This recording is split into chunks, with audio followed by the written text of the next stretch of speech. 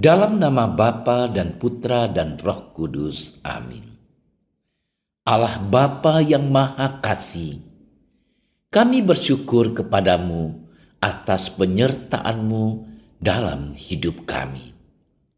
Sebentar lagi kami akan mendengarkan dan merenungkan firman-Mu. Berkatilah kami agar kami mampu memberikan hati dan pikiran kami untuk merasakan kehadiran-Mu dan sapaan-Mu lewat sabda dan renungan hari ini. Dan semoga semuanya itu menjadi petunjuk bagi kehidupan kami dan menerangi kegelapan hati kami. Demi Kristus Tuhan kami. Amin.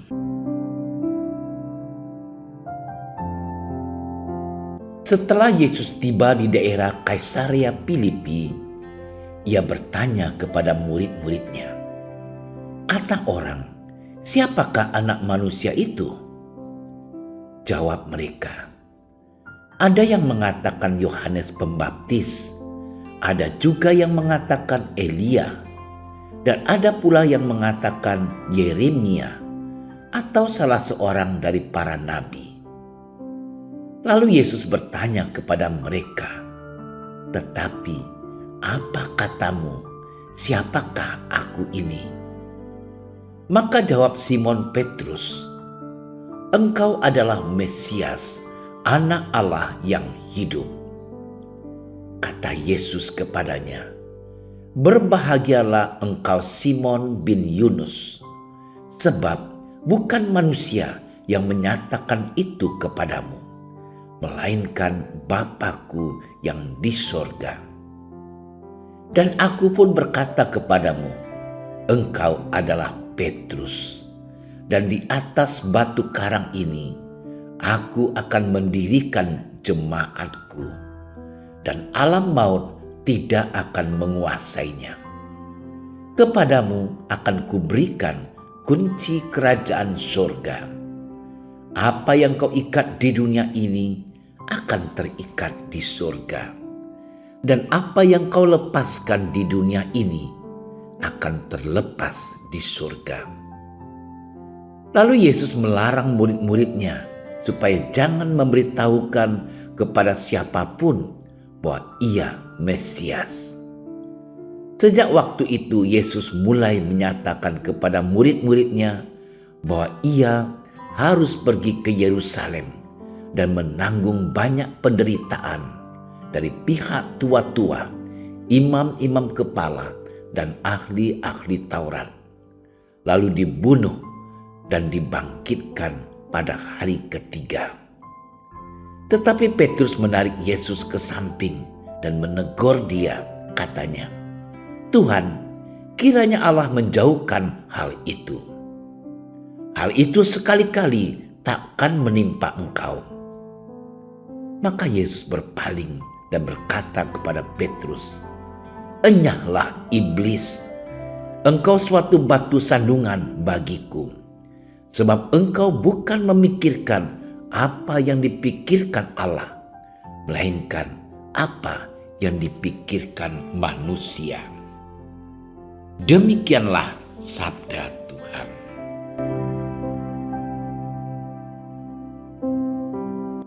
Saudara-saudariku yang dikasihi Tuhan, Injil hari ini menampilkan kepada kita tentang dialog yang mendalam antara Yesus Sang Guru dan dengan para murid-muridnya. Di awal dikisahkan bahwa orang-orang Yahudi pada masa Yesus hanya sekedar tahu tentang Yesus. Ketika Yesus berada di Kaisarea Filipi, Yesus mengajukan pertanyaan dengan menggunakan metode dedukasi, yaitu kata orang. Siapakah anak manusia itu? Jawaban yang diterima Yesus banyak. Dalam benak masyarakat pun ada beberapa figur penting yang dikorelasikan dengan Yesus, seperti Yohanes Pembaptis, Elia, Yeremia, dan lain sebagainya. Melalui jawaban beragam tersebut, Yesus mempertajam pertanyaannya kepada para murid. Ia ingin tahu apa anggapan para murid tentang dirinya. Ternyata Petrus dengan lantang mengungkapkan eksistensi Yesus Kristus. Dia menjawab dengan tegas bahwa Yesus adalah Mesias, Putra Allah yang hidup. Namun Petrus mengatakan demikian juga tidak terlepas dari pemahaman yang tengah berkembang pada saat itu yang berkaitan dengan kemesiasan Yesus. Konsep mesianik adalah kedatangan seorang Mesias yang membebaskan mereka dari bangsa penjajah. Dia menjawab dengan tegas bahwa Yesus adalah Mesias, Putra Allah yang hidup. Namun, Petrus mengatakan demikian juga tidak terlepas dari pemahaman yang tengah berkembang pada saat itu yang berkaitan dengan kemesianikan Yesus. Konsep mesianik adalah sebuah paham akan kedatangan seorang Mesias yang membebaskan mereka dari bangsa penjajah. Mesias yang mampu membawa mereka kembali berjaya seperti zaman Daud.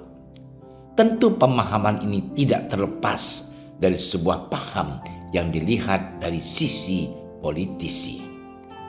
Saudara-saudariku yang dikasihi Tuhan, Petrus menyampaikan bahwa Yesus adalah Mesias, Anak Allah yang hidup, berdasarkan apa yang dipercayai dan melalui pengalaman iman personal bersama dengan Yesus. Yesus bukan hanya sekadar nabi, tetapi Yesus adalah Allah. Pernyataan iman Petrus menjadi tonggak berdirinya jemaat Kristus, yaitu gereja di dunia. Istilah jemaatku menunjukkan bahwa Yesus adalah kepala dan kita adalah anggota-anggota tubuhnya. Sedangkan istilah batu dari nama Petrus tidak diartikan sebagai gereja, tetapi sebagai batu hidup untuk rumah rohani. Perlu diingat bahwa takhta Petrus bukan pertama-tama kedudukan terhormat yang maha tinggi, tapi takhta Petrus berarti Yesus menyerahkan gereja kepada para rasul dengan dasar pengakuan iman yang sama dengan Petrus. Saudara-saudariku yang dikasihi Tuhan, pengakuan iman adalah sebuah pengakuan yang didasari oleh pengalaman intim, personal dengan Allah. Iman bukan soal teori dan teori belaka, tetapi juga praktek hidup yang nyata dalam kehidupan sehari-hari. Mengaku Yesus sebagai Mesias juga harus diwujudkan dalam ketaatan menyangkal diri, memikul salib, dan mengikuti Dia. Jika kita mengimani Yesus sebagai Allah, maka kita dituntut untuk selalu mengandalkannya dalam perjalanan hidup kita sehari-hari. Kita juga harus setia memikul salib dan mengikuti Dia. Tuhan memberkati kita. Allah Bapa yang berbelas kasih, kami bersyukur kepadamu atas rahmat dan berkat-Mu yang Kau curahkan dalam hidup kami. Semoga dengan sabda-Mu hari ini kami semakin mampu untuk beriman secara sungguh dan total kepadamu. Semoga iman kami kepadamu tidak hanya dalam kata-kata, tetapi juga diwujud nyatakan dalam hidup kami sehari-hari. Engkau yang berkuasa kini dan sepanjang masa. Amin. Kami berdiri di hadapan-Mu, ya Roh Kudus.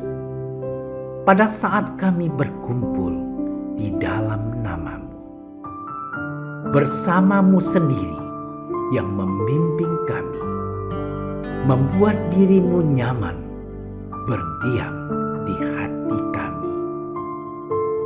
Ajarilah kami jalan yang harus kami tempuh dan bagaimana kami harus mengikuti jalan itu. Kami lemah dan berdosa. Jangan biarkan kami mendukung kekacauan. Jangan biarkan kebodohan menuntun kami ke jalan yang salah. Jangan pula keberpihakan mempengaruhi tindakan-tindakan kami. Kiranya kami menemukan di dalam Engkau kesatuan kami, agar kami boleh berjalan bersama menuju kehidupan abadi dan tidak menyimpang dari jalan kebenaran dan apa yang benar. Semua ini kami mohon kepadamu yang berkarya di setiap tempat dan waktu dalam persekutuan dengan Bapa dan Putra untuk selama-lamanya. Amin. Bapa kami yang ada di surga, dimuliakanlah namamu. Datanglah kerajaanmu. Jadilah kehendakmu di atas bumi seperti di dalam surga. Berilah kami rezeki pada hari ini, dan ampunilah kesalahan kami, seperti kami pun mengampuni yang bersalah kepada kami. Dan janganlah masukkan kami ke dalam percobaan, tetapi bebaskanlah kami dari yang jahat. Amin. Salam Maria, penuh rahmat, Tuhan sertamu. Terpujilah engkau di antara wanita, dan terpujilah buah tubuhmu Yesus.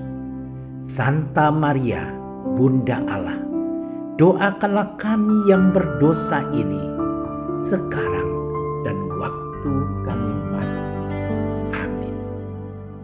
Kemuliaan kepada Bapa dan Putra dan Roh Kudus, seperti pada permulaan, sekarang, selalu, dan sepanjang segala masa. Amin. Dalam nama Bapa dan Putra dan Roh Kudus. Amin. Terima kasih sudah menyaksikan renungan hari ini. Jangan lupa like, subscribe, dan aktifkan tombol loncengnya agar Anda yang pertama mendapatkan notifikasi updatean renungan harian dari Komsos Keuskupan Padang. Dan bagikan ke sosial media agar saudara-saudara kita dapat mendengarkan dan merenungkan firman Tuhan.